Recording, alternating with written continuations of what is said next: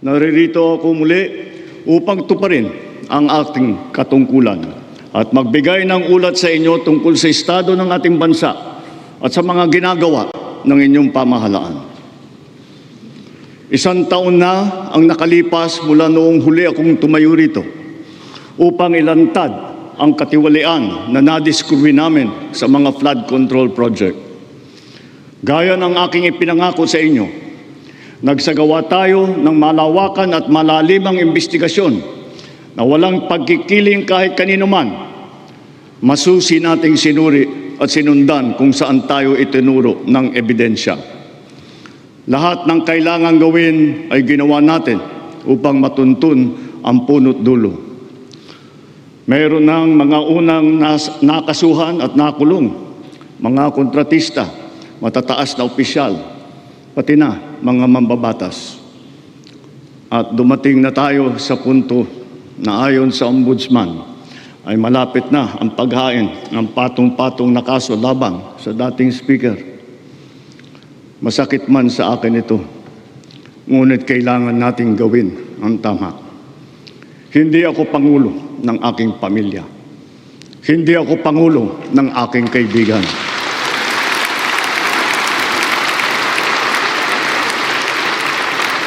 Ako ay Pangulo ng Pilipinas at ang tungkulin ko ay sa inyo, ang aking mga kapwa Pilipino.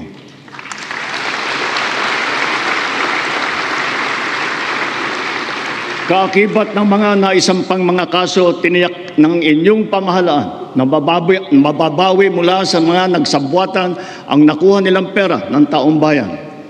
Gayon din, pinigilan natin ang paglabas ng pera ng bayan na ipambayad pa dapat sa mga depektibo, peke o guni-guning mga proyekto at mapupunta lamang sa mga bulsa ng mga tiwalaing kontraktor at opisyal. Halos 25 bilyong piso ang halaga ng nabawi, frozen at napreserbang mga pera at ari-arian ng mga akusado. Ang mahigit 800 milyong piso dito ay agad nating nabalik sa Treasury. Lahat ng mababawi mula sa mga sangkot na tiwali ay agad ibabalik sa kaban ng bayan. Ipinapaubayan na natin ang pag-uusig sa Ombudsman at sa ating mga pinalakas na National Prosecution Service. Nananalig din tayo sa makatarungang hatol ng hukuman. Makakaasa kayo na ang gulong ng hustisya ay tumatakbo.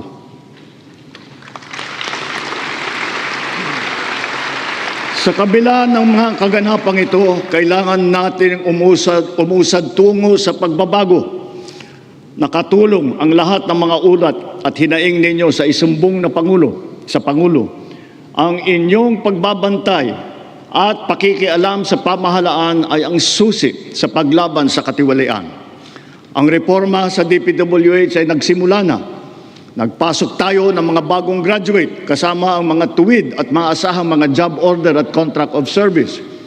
Bukod sa mga flood control project, lahat ng mga proyekto ay sinuri at tiniyak na talagang kinakailangan at maayos mula sa plano, presyo hanggang pagpapatupad. Para walang overpricing, sinigurado natin na ang mga materyales ay ayon sa presyo sa merkado. Bantay sarado ang bawat proyekto at ang nakalaang pondo sa Transparency Portal, Integrity Chain at katuwang na ang mga civil society organization. Mula nung tumama sa ating bansa ang epekto ng giyera sa gitnang silangan, nagdeklara tayo agad ng State of National Energy Emergency. Iisa ang ating misyon, uplift ang iahon ng ating nahihirapang mga mamamayan. Ang lahat ng mga ahensya ay inatasang magtipid at pagtuunan mabuti ang mga programa na mas mahalaga sa pagtugon sa mga epekto ng krisis. Ibinuhos natin ang pondo kung saan karapat-dapat at mas kinakailangan sa mga pangunahing serbisyong ramdam at tiyak na makakatulong sa ating mamamayan. Ang pera ng taong bayan na muntik mapunta sa bulsa ng mga tiwaling opisyal ay naisalba natin. At sa halip na nagamit natin sa mabuti, at para sa tunay na kapakanan ng mamamayan.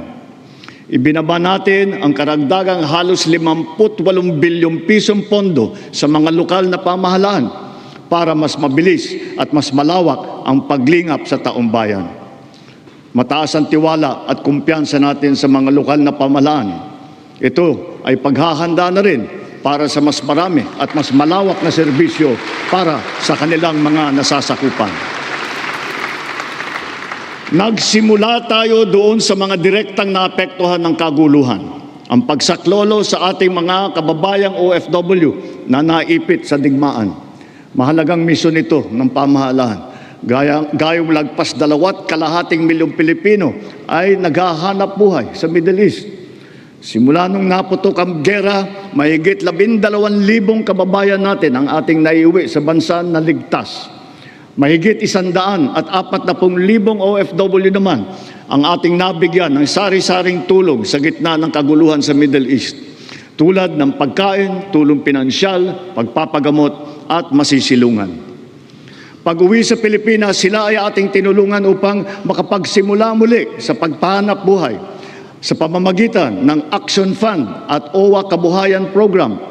Ang iba naman ay nilapit natin sa PESO o kaya'y sinama natin sa bayanihan para sa Balikbayang Manggagawa Job Fair. Samantalang ang iba ay tinulungan natin makapaghanap buhay muli sa ibang bansa.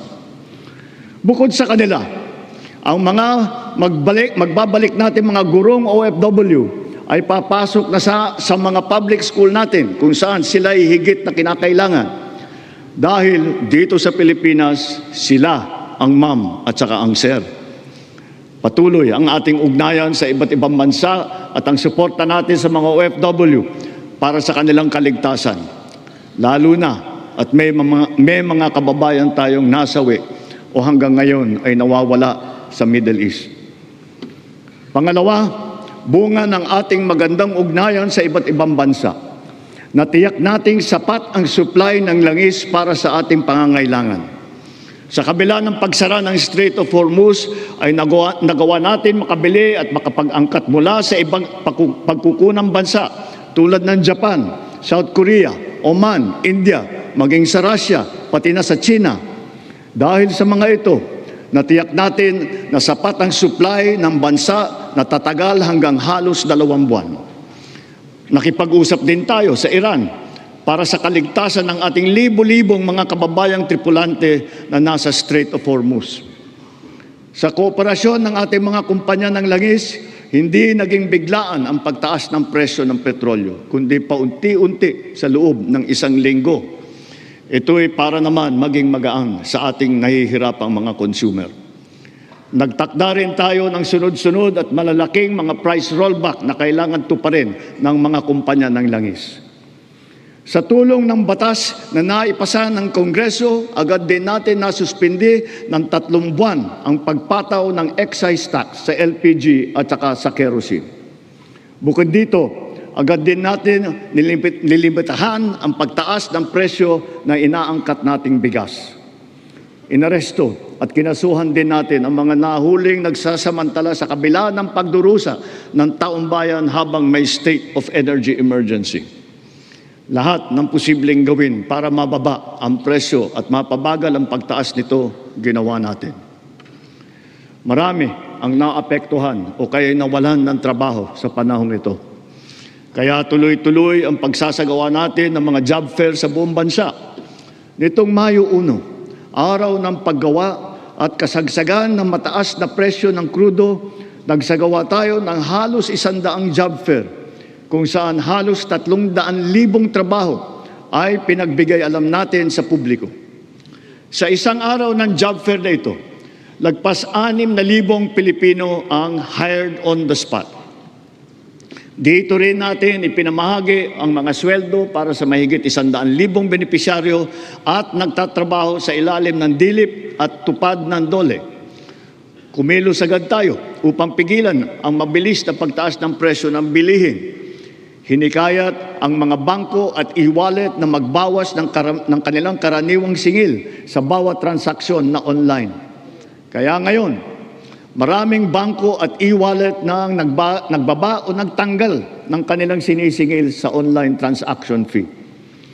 Upang makaluwag din sa mamamayan, nagbigay ang mga bangko ng hanggang 6 na buwang palugit sa pagbabayad ng utang at hanggang 1 taon naman kung ang utang ay ginamit para sa agrikultura. Ganito rin ang ginawa ng GSIS at SSS para sa mga utang ng mga miyembro nito, pati na ang NHMFC para sa mga umutang ng murang pabahay at ng Pag-ibig Fund para sa mga naapektuhan na OFW. Kahit papano ay nakaluwag ito sa mga consumer, lalo na sa mga naghuhulog para sa kanilang bahay at sa mga nagpupundar para sa kanilang negosyo. Sa panahon na lumiit ang kita dahil sa mataas ng mga presyo, mahigit 26,000 toneladang bigas ang binigay sa mahigit 2.5 milyong pamilya. At ito'y itutuloy pa natin hanggang umabot sa 8 milyong pamilya na makikinabang.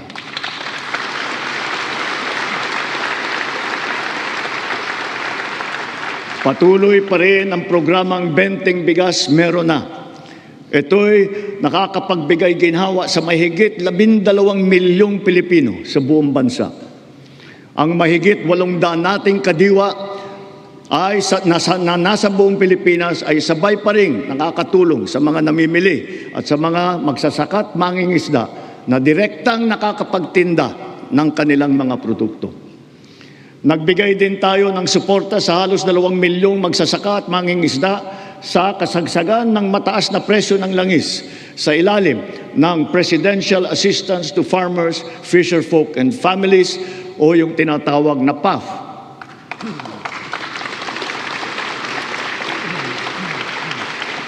Dahil sa mas malakas, malawak at mura nating internet, naging mainam na alternatibo ang online classes at saka ang ating work from home. Mataas ang presyo ng ating kuryente, lalo na ngayong Hunyo, dala pa rin ng mataas na presyo ng krudo at paglakas ng dolyar. Gayunpaman, tiniyak natin na nabigyan ang mamamayan ng kaunting proteksyon sa kanilang electric bill. Ipinag-utos natin ang agarang pag-refund ng mga kumpanya ng kuryente na may sobrang nasingil sa mga customer nito. Ipinag-utos din natin na payagan ang ilang piling consumer na makapagbayad ng kanilang bill ng hulugan sa buwan ng Mayo, Hunyo at Hulyo. Kaugnay nito,